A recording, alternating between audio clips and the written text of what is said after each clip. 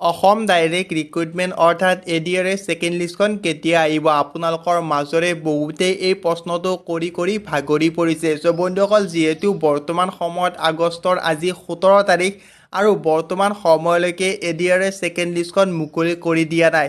Doctor Himanta Biswa Sarma ডাঙৰীয়াই যোৱাকালিৰ সভাখনতো এডিআৰএ second লিষ্টখনৰ কথা কোনো ধৰণৰ উল্লেখেই নকৰিলে আৰু বৰ্তমান সময়ত এডিশ্যনেল লিষ্টখন কেতিয়া আহিব, যিহেতু কেবিনেটত এপ্ৰুভ কৰাৰ পাছত তেওঁলোকে কৈছিল যে অহা 10-15 দিনৰ ভিতৰত এডিশ্যনেল লিষ্টখন মুকলি কৰি দিব। কিন্তু বৰ্তমান সময়ত 10-15 দিনতকৈ বেছি সময় হৈ গৈছে আৰু এডিশ্যনেল লিষ্টখন বৰ্তমান সময়লৈকে চৰকাৰৰ তৰফৰ পৰা মুকলি কৰি দিয়া নাই। আজিৰ এই ভিডিঅ'টিৰ জৰিয়তে আপোনালোকক জনাই যাম সঁচাকৈ এডিশ্যনেল লিষ্টখন কেতিয়া মুকলি কৰি দিব আৰু এই বিষয়ে বিভাগীয় কৰ্তৃপক্ষৰ ফালৰ পৰা কি ক'লে। আটাইবোৰ কথা জানিবলৈ আপুনি ভিডিঅ'টিত এটা লাইক কৰি চেনেলটি ছাবস্ক্ৰাইব কৰি দিব। চ' বন্ধুসকল, বহু পৰীক্ষাৰ্থীয়ে তেওঁলোকৰ ডেট অফ বাৰ্থৰ বাবে তেওঁলোকে 1 নম্বৰ 2 নম্বৰৰ বাবে ৰৈ গৈছিল আৰু তেওঁলোকক পুনৰ নিযুক্তি দিয়াৰ বাবে চৰকাৰে এখন নতুন লিষ্ট উলিয়াব। সেইখন লিষ্টক এডিশ্যনেল লিষ্ট বুলি কোৱা হৈছে আৰু বৰ্তমান সময়ত এডিশ্যনেল লিষ্টখন কেবিনেটত এপ্ৰুভ কৰাৰ পাছৰে পৰা বহু ছাত্ৰ ছাত্ৰীয়ে সঁচাকৈ ভাবিছে যে এডিশ্যনেল লিষ্টখন আহিব 10-15 দিনৰ ভিতৰত, কিন্তু বৰ্তমান সময়লৈকে 10-15 দিনতকৈ বেছি সময় হৈ গৈছে আৰু এডিশ্যনেল লিষ্টখন এতিয়ালৈকে চৰকাৰে মুকলি কৰি দিয়া নাই আৰু এডিশ্যনেল লিষ্টখন পষ্টপন কৰাৰ পাছতো নতুন ডেট নিৰ্ধাৰণ কৰা নাই। চ' বন্ধুসকল, আপোনালোকে এই বিষয়ে কি ভাবে, এডিশ্যনেল লিষ্টখন কেতিয়াকৈ আহিব, আপোনালোকৰ মতামতটি কমেণ্ট বক্সৰ জৰিয়তে জনাবচোন। এডিআৰএ ছেকেণ্ড লিষ্টখনক লৈ বহুতেই ডিমোটিভেট হৈ যাব। তেওঁলোকক আমি এটা কথাই জনাব বিচাৰোঁ যে তেওঁলোক ডিমোটিভেট হ'ব নালাগে। তেওঁলোকে এই লিষ্টখন পাব, অতি শীঘ্ৰেই পাব, যিহেতু এই লিষ্টখন ইতিমধ্যে কেবিনেটত এপ্ৰুভ হৈছে আৰু এই বিষয়ে জয়ন্ত মল্ল ডাঙৰীয়াই কেবিনেটৰ পৰা আহি সংবাদমেল মাধ্যমেৰে সকলো কথা জনাই দিছে আৰু সেই ভিডিঅ'সমূহ আপোনালোকে চালে, যদি চোৱা নাই ডেছক্ৰিপশ্যনত লিংক দিয়া আছে, গৈ আপোনালোকে চাব পাৰে।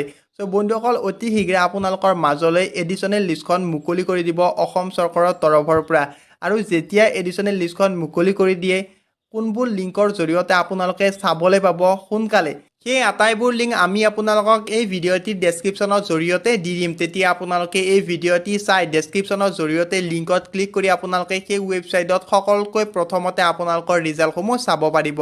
অসম ডাইৰেক্ট ৰিক্ৰুইটমেণ্ট অৰ্থাৎ এডিআৰএ ছেকেণ্ড লিষ্টখন কেতিয়া আহিব, আপোনালোকৰ মাজৰে বহুতেই এই প্ৰশ্নটো কৰি ভাগৰি পৰিছে। চ' বন্ধুসকল, যিহেতু বৰ্তমান সময়ত আগষ্টৰ আজি 17 তাৰিখ আৰু বৰ্তমান সময়লৈকে এডিআৰএ ছেকেণ্ড লিষ্টখন মুকলি কৰি দিয়া নাই। ডক্টৰ হিমন্ত বিশ্ব শৰ্মা ডাঙৰীয়াই যোৱাকালিৰ সভাখনতো এডিআৰএ ছেকেণ্ড লিষ্টখনৰ কথা কোনো ধৰণৰ উল্লেখেই নকৰিলে আৰু বৰ্তমান সময়ত এডিশ্যনেল লিষ্টখন কেতিয়া আহিব, যিহেতু কেবিনেটত এপ্ৰুভ কৰাৰ পাছত তেওঁলোকে কৈছিল যে অহা 10-15 দিনৰ ভিতৰত এডিশ্যনেল লিষ্টখন মুকলি কৰি দিব। কিন্তু বৰ্তমান সময়ত 10-15 দিনতকৈ বেছি সময় হৈ গৈছে আৰু এডিশ্যনেল লিষ্টখন বৰ্তমান সময়লৈকে চৰকাৰৰ তৰফৰ পৰা মুকলি কৰি দিয়া নাই। আজিৰ এই ভিডিঅ'টিৰ জৰিয়তে আপোনালোকক জনাই যাম সঁচাকৈ এডিশ্যনেল লিষ্টখন কেতিয়া মুকলি কৰি দিব আৰু এই বিষয়ে বিভাগীয় কৰ্তৃপক্ষৰ ফালৰ পৰা কি ক'লে।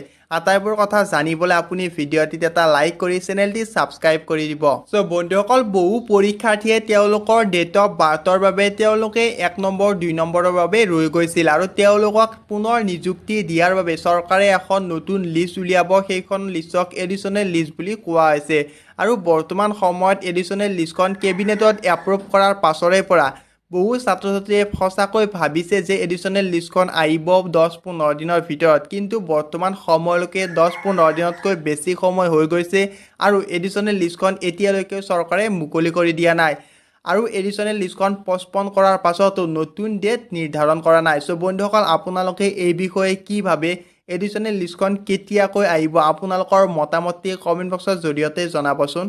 এডিআৰএ ছেকেণ্ড লিষ্টখনক লৈ বহুতেই ডিমোটিভেট হৈ যাব। তেওঁলোকক আমি এটা কথাই জনাব বিচাৰোঁ যে তেওঁলোক ডিমোটিভেট হ'ব নালাগে। তেওঁলোকে এই লিষ্টখন পাব, অতি শীঘ্ৰেই পাব, যিহেতু এই লিষ্টখন ইতিমধ্যে কেবিনেটত এপ্ৰুভ হৈছে আৰু এই বিষয়ে জয়ন্ত মল্ল ডাঙৰীয়াই কেবিনেটৰ পৰা আহি সংবাদমেল মাধ্যমেৰে সকলো কথা জনাই দিছে আৰু সেই ভিডিঅ'সমূহ আপোনালোকে চালে, যদি চোৱা নাই ডেছক্ৰিপশ্যনত লিংক দিয়া আছে, গৈ আপোনালোকে চাব পাৰে।